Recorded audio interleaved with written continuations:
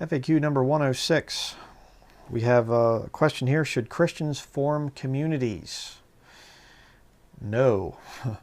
Acts chapter 2, verse 41. Then they that gladly received his word were baptized, and the same day there were added unto them about 3,000 souls. Remember that. And they continued steadfastly in the apostles' doctrine and fellowship, and in breaking of bread, and in prayers. And fear come upon every soul, and many wonders and signs were done by the apostles. And all that believed were together, and had all things common. That's where the word community comes from. Communism also.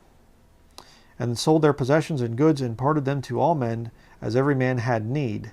And they, continuing daily with one accord in the temple, and breaking bread from house to house, did eat their meat with gladness and singleness of heart, praising God and having favor with all the people. And the Lord added to the church daily such as should be saved. Why did I make a point about the 3,000?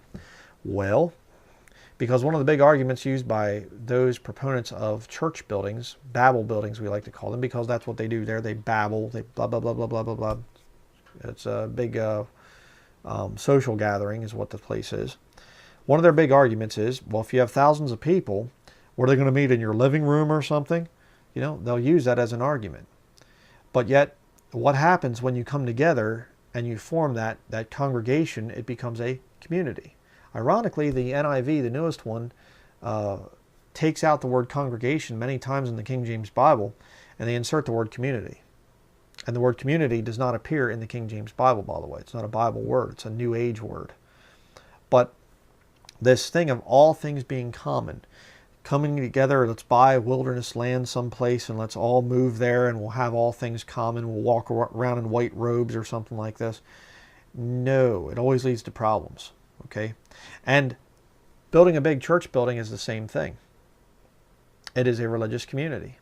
You come there and it's good to be in the house of God. Amen, amen, amen. And you get all the little community, potluck dinners and all this other stuff, and the little community fellowship types of things and stuff. It's ironic too, because if you read some of the Catholic literature out there, another word for community service is Eucharistic services. Interesting. But this whole thing of Christians coming together, and you kind of have this special little place that you are all there and you can get along and everything else, as long as you're abiding by the rules of the clique. It leads to problems. And ironically, in the book of Acts, it also led to problems. There were many issues because they were all coming together and selling everything and stuff. The early part of the book of Acts, they are expecting, they're in this time period. It's a transition book where the nation of Israel is given another chance. That's why the signs and wonders are there. They're given another chance to accept Jesus as their Messiah. So everything's kind of up in the air, kind of like, we don't really know what's going to happen. And so people are just like, well, Jesus could come back here. There could be the second coming soon. So I'm just going to sell everything I have and I'm going to go live with all these other Christians. And that sounds like a noble thing to do, but it's not what God intends. By the time you hit with Paul in 1 Timothy chapter 5, he's telling you that you're to provide for your own. And if there are widows, you're to take them into your house. Let not the church be charged. Separation, you see. And the groups of Christians, towards the later part of the book of Acts, they're smaller groups meeting in homes. And these huge numbers and things that are all coming together and having things all in common, that's split up now. So again, kind of makes a hard time for you if you're trying to justify your church building. Real hard time. It's essentially a community. So, and you say, but we're right here at the end and there's going to be an economic collapse soon and whatever else. That stuff is very, very hard to see it and to keep your mind focused on what you're supposed to do as a Christian, because you start to get this fight or flight, thing where you're just going, okay, we are like right on the brink of major war, and we are. We are right on the brink of an economic collapse, and we are. We're right on the brink of natural disasters happening all the time. I mean, your home could be totally wiped out and whatever else. And that's true. But can't God get you through it? You see? No, I got to build a survivalist retreat. I got to build a bunker and stock up food for 7 years and things like this.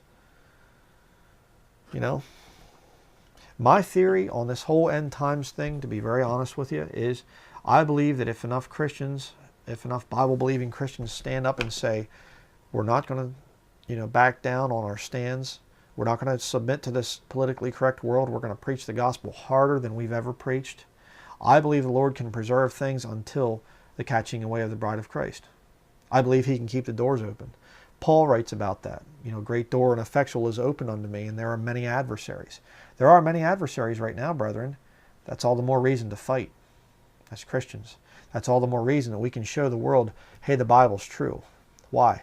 Look at how wicked the world is right now out there. And look what the Bible has to offer. You see?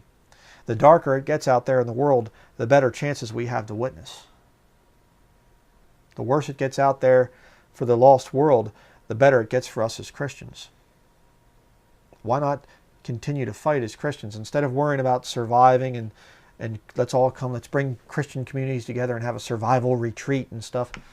Instead of doing that, why don't we stay separated in our different towns and localities and things like this and say, our fellowship, our time of fellowship is going to be when we're caught up together with the Lord to meet each other, there in the clouds and things. That's going to be the party that we can have. Let's not throw a party of all the YouTube subscribers to this ministry and other ministries and let's have a big get together and stuff like that. Let's all come together, and then while we're there, we're going to decide that we're going to buy 12,000 acres someplace and all have little homes that we live in and walk around with robes on or something. That's not the way it's supposed to be. God wants us separate. He wants us witnessing in the locality where he has you. That's what he wants. We are to shine as lights in a very dark world. Little lights all over the globe. Like that. All over the place. Little lights. Not just one big bright, holy city someplace that meets in some big giant temple somewhere. It's not what the Lord wants. One other point I need to make here, because my wife sitting over here just reminded me, couldn't tell me while I was doing the video, But if we all have Christian communities, if let's form a community up here in Ayers-Duke County, Maine, where I live. There's a lot of cheap land. We can buy a lot of land, and we're going to have all the subscribers, the faithful subscribers of Husky 394 XP are going to move to northern Maine, and we're going to have a community up here, and we're all going to get together and stuff like this. Who's going to be there to witness in your town?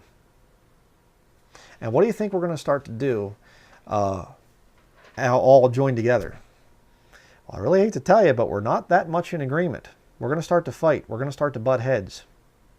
Yeah. Okay, the Lord wants us separate. The Lord says, okay, brother so-and-so, you're down there. Sister, you're over there.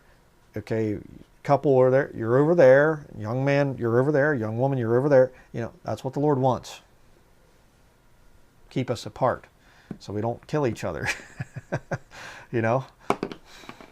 That's the way it is. And, even if we could all get along, what are we going to do? We're just going to be this little commune that just like we just love to be around each other. We're never going to go out and witness. Like the Amlex. Yeah. Like the Amish, Amlex, we call them Amlex, Catholic, Amish, Amlex. We just all kind of fellowship together, and we just all live together, and we don't talk to other people and whatever else. That's not what God wants, brethren. It's not what he wants. I know it's rough sometimes. I'd sure like to spend some time with a lot of you.